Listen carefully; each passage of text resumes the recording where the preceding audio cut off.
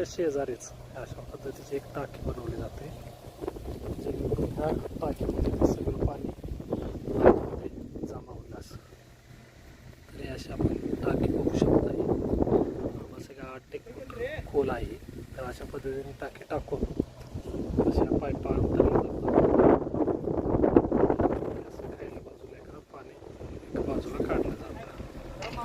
ही जी system आहे ही एवढी भारी आहे की जे आपले ज्या सचित्र पाईपमुळं आपल्या जमिनीचं जे पर्क्युलेशन जर वाढलं तर आपल्या सकल उत्पन्नामध्ये त्याचा चांगला फायदा होतो. त्यामुळे अशा पद्धतीनं करणं हे जास्त महत्त्वाचं आहे. पण त्याचं ते जे उतार आहे हा उतार व्यवस्थित जमला तरच ही जी आपली सिस्टीम आहे ती सक्सेस होते, जेणेकरून पाणी सगळं व्यवस्थित जातं.